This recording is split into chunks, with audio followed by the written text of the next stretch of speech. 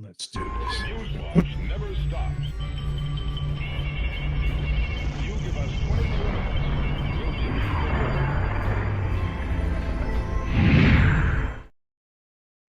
Howdy, howdy, howdy, howdy, howdy. It is November 11th and it is 8:09 p.m. In the meantime, make sure if it's your first time here, subscribe, get to know me, hit the bell to be notified if you've never been here before, and don't mind my squeaky chair. It's bound to happen. I'm wearing a little old merch, so if you want any merch, this is maybe you could still get it, but we have new merchandise coming out. So before we get into our topic tonight, right here. Make sure you check this out right there. You get Adika rules, get artists on record shirts, get mugs. I'll put the links down below. That's the front man, Jeff Scott Soto. You know him. He's up there. Stand up and shout. What a wonderful man. Anyway, let's go talk about what's going on in the news. I was not going to mention this. I was minding my business today.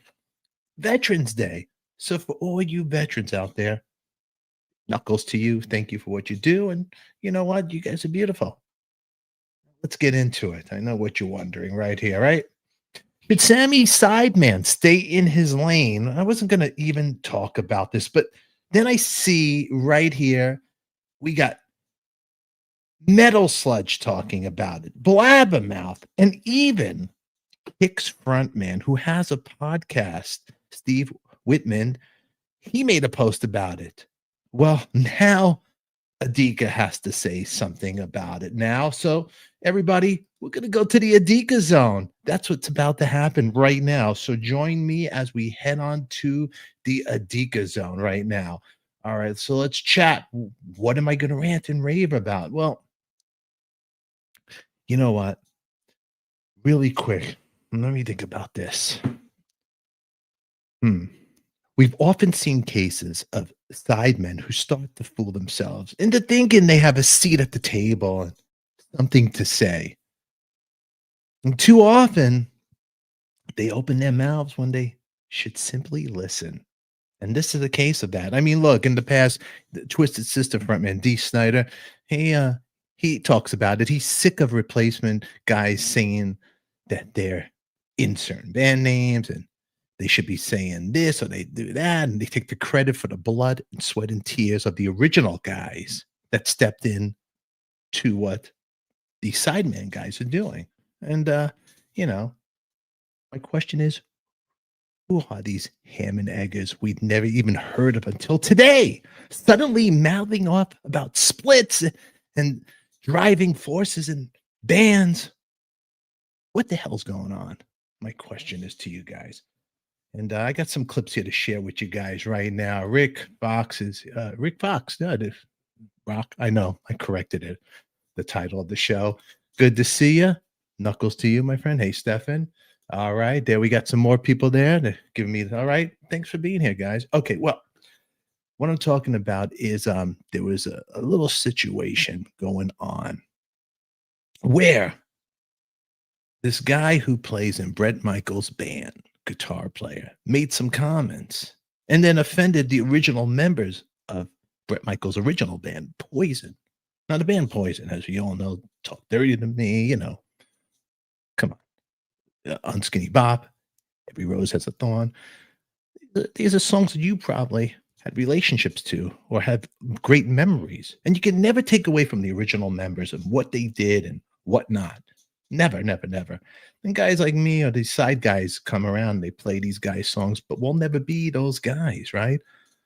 So my question is, should certain not original members be talking about the mothership and, it's a lot of line when you're talking about the splits and all this stuff. Well, what happened was Bret Michaels' guitarist went on a podcast show, The Metal Guru, and talked a little too much. I don't know. There must be a good reason for this. I mean, he must have had a couple of drinks. I don't know. I didn't even know who this guy was.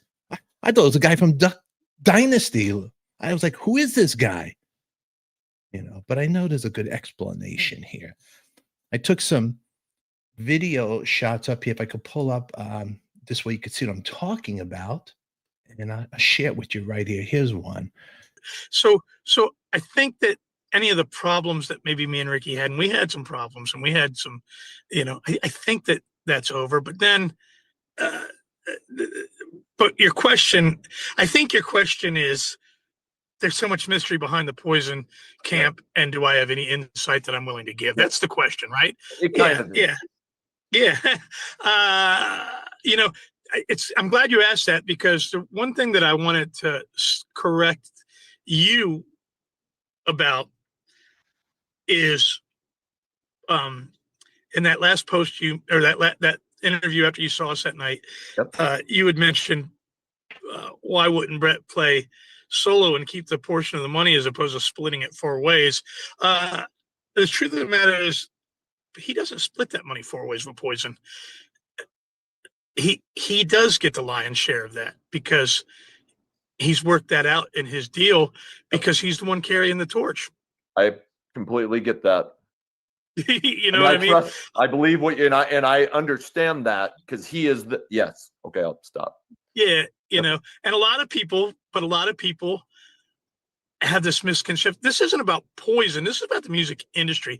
A lot of people have this misconception. I call it the Bon Jovi theory, because when I was a kid, I fell for it. I believed that Bon Jovi were all best friends, and that they were splitting everything 4 ways, and they were going to live happily ever after in the neighborhood together. And you know what I'm talking about? It's just not fucking true, right? And any job in any business, someone gets paid more than someone. There's hierarchy. There's that. And it's so many of the fans just think they split it 4 ways, and they don't. I don't. Whoa. Okay. That's the hair metal guru. Really nice guy. Big shout out to Anthony over there. Great interview, Anthony. You really dug up some dirt there. Well, let me tell you something. I'm a Bon Jovi. If Bon Jovi's side guys, not Richie Sambora, the new guys like Phil X, who's a great guitar player, was shooting his mouth off, do you think he'd still have a gig? Inquiring minds want to know. Put your comments down below and let me know what you have to say about this. I mean, should Sideman stay in his lane? I mean, we all love the gossip, we all love the dirt, but was he a little out of line to start talking about the mothership and the splits? I gotta be honest with you, it kind of irritates me a little bit, and I'm not even involved in this. I just saw the news like this. I didn't even watch the whole interviews like everybody else, but what I'm seeing and what I'm reading, a lot of drama going on here, and then let's go on. Let's see what else he says here. Check it out. And I know Bret gets mad when I say this, but I've already said it a million times. He deserves that. Rock of Love, The Apprentice, just staying out there. Even the solo band itself, because Poison's not. Bret's a year-round guy. We don't stop playing. It's nonstop. And the Poison guys don't want to do that. CC doesn't want to play, Thursday, Friday, and Saturday all year long. Bret does. You know what I mean? So hold on there. So right here, this character is talking about for CC. Now, is this true? The CC, is he talking for, does he speak with CC? I mean, what's going on here? Does he have the right to talk? Before I get wild and crazy, I want you guys to tell me in the comments how you feel about this and if it upsets you. I mean, this is what's going on in the news right now. Like I said, I wasn't going to talk about this. I mean, Rikki Rock had made a post about it. He's upset. He has every right to be upset. And let's remember, Rock of Love and all that stuff, it made Bret Michaels a household name. Yes. But remember, it all starts in the beginning. The great album, the great music that these 4 guys created, 4 individuals. I mean, nowadays you don't get guys that stick out like that, You think of the Beatles, John Paul, George, Ringo, Guns N' Roses, the original lineup, but you know what I'm saying, CC, Bret, Rikki, Bobby, that was a unit, that was a band. Then when it started drifting around, getting other members, it was never the same. Let's see what this guy has to say. Let's check out more of this interview really quick. So I see both sides of it. Does the solo band tarnish Poison's worth because we're oversaturating the market? I see that, but I also know there's a whole lot of people that only go to see Poison that still don't come to see the solo band. the Poison politics are intense and unique and would be a smash hit movie or a smash hit reality show in itself. However, it's not punching each other out. It's cordial, it's business, no one's fighting with each other, no one's hating each other. There's not stupid childish rock and roll drama, but there is a lot of politics to get those four on that stage together. All right. Well, there it is. Mr. Know-It-All has said it. So will we ever see Poison again? I don't know. But man, maybe he should not say so much and be a little mind his business. I mean, I know if I had some original band and some side guy was shooting his mouth off, I'd be really upset about that. Well, let's go to this interview. Let's stop sharing that for a second with you guys. Okay, let's check this out. So it wasn't done. They were going back and forth. There was posts going on. Rikki said something. Then this guy started saying some stuff. And you think after doing this interview, you would learn. You would say, okay, I'm out. I'm not going to do anything else. I'm over it. Well, no, he went on and did another interview. Let's see if I could find that one for you guys. Might be on Bret's payroll, but this is Sure. still, I you know what I mean? You know what I mean? Right. I'm hoping that's all I have to say about that. I'm going to get stuck on the same thing over and over again if you guys don't guide this away. Well, let me just ask this one, and this is one I'm saying in advance. If you want to duck it, which is fine. I won't duck anything, buddy. All right. Let's see.